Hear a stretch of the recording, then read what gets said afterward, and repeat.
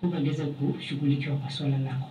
Ukienda huko utakuelekeza vile unavyofanya, uweze kuwa na kama mazungumzo na mwenye ambaye unamdai ama mnadaiana, na mkaweza kupata suluhu bila kesi kuenda kwa muda mrefu. Lakini ukienda kwa small claims court, kuna vile wanaifanya kwa haraka na unaweza kupata suluhisho bila kudili. So na ningeweza influence watu wengi waweze kutumia small claims court, sababu watu wengi hawaitumii.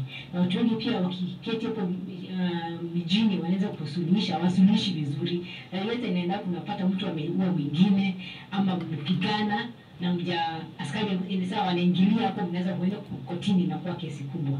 Lakini mkienda kotini mweze kujua small claims court wasaidia, mweze kupata suluhu.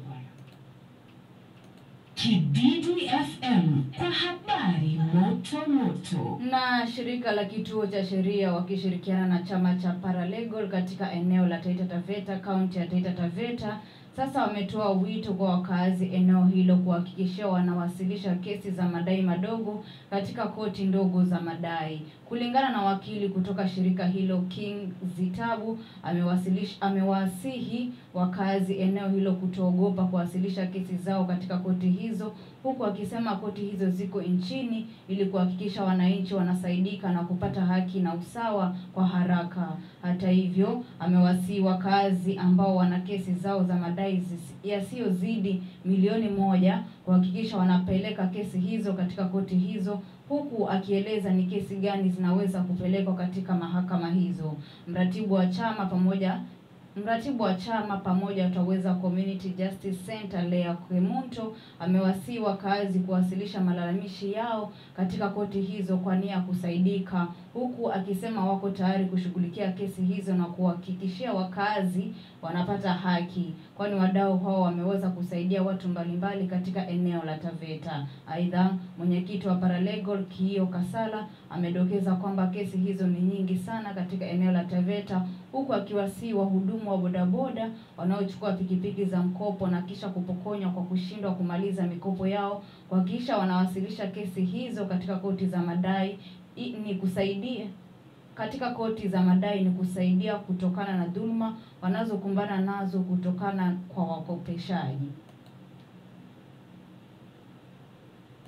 Ushauri wangu kwa Wakenya kuhusu mahai ya madai madogo ni kuwa watu wasiogope koti. Koti iko hapa kusaidia Wakenya na inasaidia Wakenya kwa kila namna. Ni muhimu kuwa Wakenya waelewe kuwa hakuna pesa ambayo ni kidogo sana kwenda kotini. Kama ni 1,000, 2,000, 3,000 bado ni pesa yako. Kwa hivyo ni muhimu kuwa ujitete, uende pesa yako kama uko na dai lolote.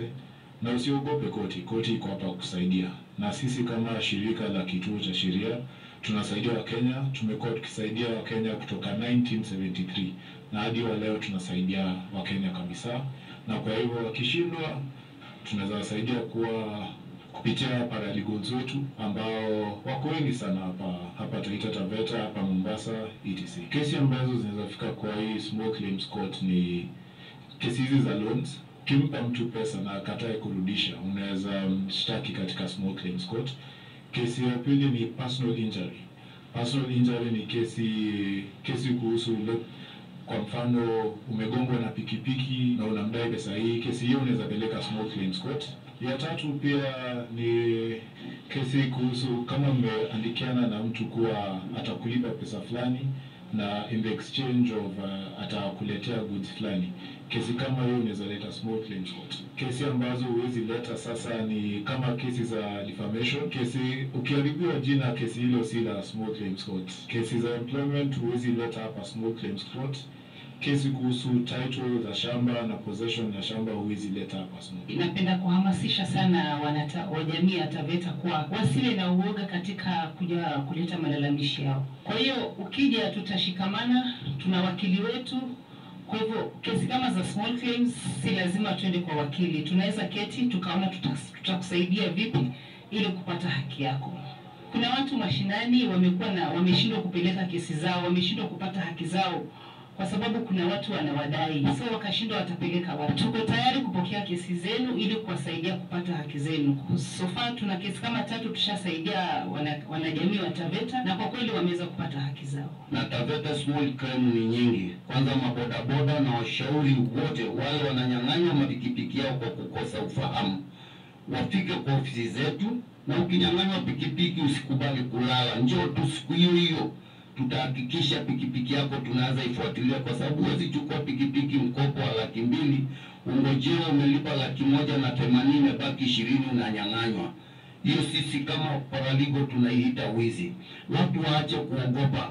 Sisi hatulipi pesa. Kile kilioko tukiwa tutaelekea mahakamani ndio hapo utalipa ile dunia kotini, ufungua faili ndio utalipa kotini, na mawakili wetu wako tayari kuhandle, si bila malipo yoyote. Wananchi nao tunawaomba waje kutoka Taveta na wananchi watafaidika. Kididu FM kwa habari moto moto. Na tukisalia hapa Taita Taveta ni kuwa wito umetolewa kwa wazaliwa wote wa kaunti ya Taita Taveta wanaoishi nje ya kaunti hiyo kuhakikisha wamerejea nyumbani kuhesabiwa pindi tu zoezi hilo litakapong'oa nanga.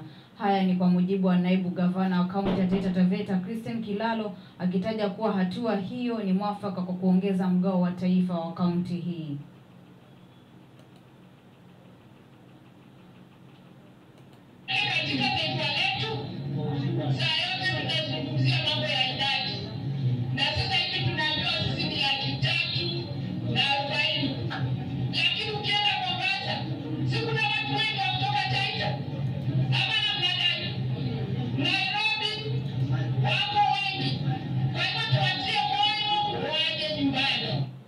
Aidha, Kilalo amekinzana na takwimu za kitaifa kuwa idadi ya watu katika kaunti ya Taita Taveta ni ndogo, akisema kuwa wengi wazaliwa wa kaunti hii wanaoishi nje ya kaunti ni kwa minajili ya kusaka ajira.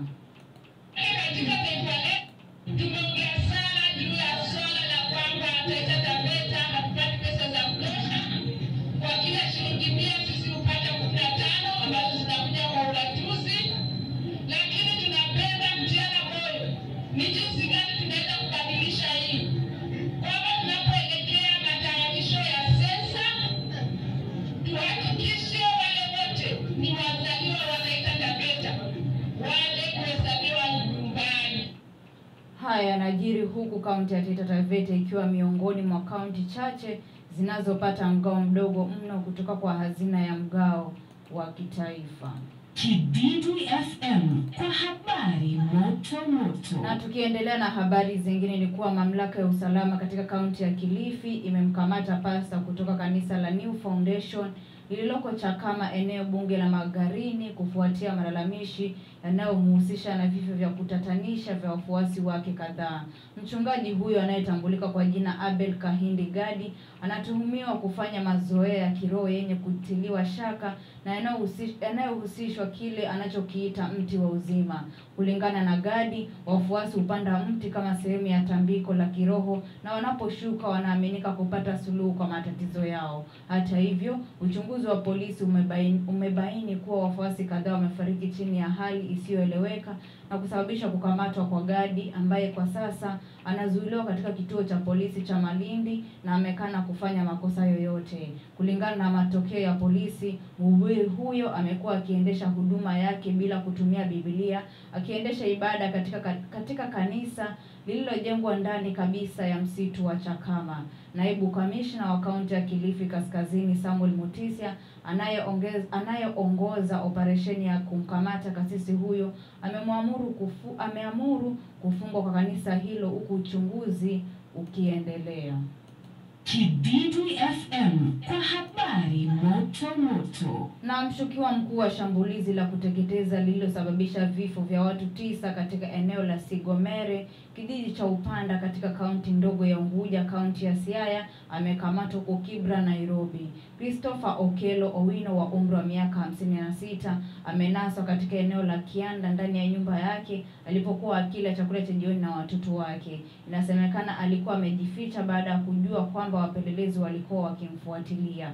Kulingana na mamlaka, wapelelezi walipokea taarifa kuhusu kuwepo kwa Owino katika eneo hilo saa chache baada ya tukio la moto huko Sigomere na kuangamiza familia nzima. Wakazi waliomfahamu Owino walitilia shaka baada ya kuwafahamisha kuwa alikuwa amesafiri hadi nyumbani kwake kijijini usiku wa kisa hicho. Wakitenda kwa haraka, maafisa wa polisi wakiungana mkono na viongozi wa eneo la Kianda walianzisha operesheni ya kumkamata. Kwa sasa anazuiliwa katika kituo cha polisi cha Kibra.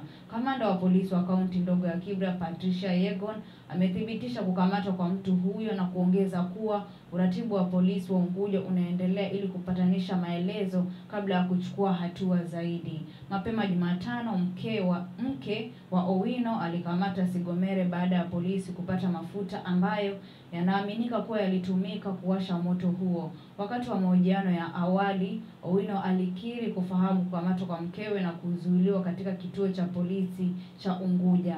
Maafisa wa upelelezi pia wamechukua simu ya mshukiwa kwa uchunguzi wa kitaalamu kwa sehemu ya juhudi za kuwatambua na kuwakamata watu wanaoweza kushirikiana nao. Vyanzo vya karibu vya uchunguzi vilifichua kuwa Owino alidaiwa kukodi kundi la washirika na kusafiri nao hadi kijijini cha Upanda asubuhi na mapema kutekeleza uhalifu huo kabla ya kurejea Nairobi.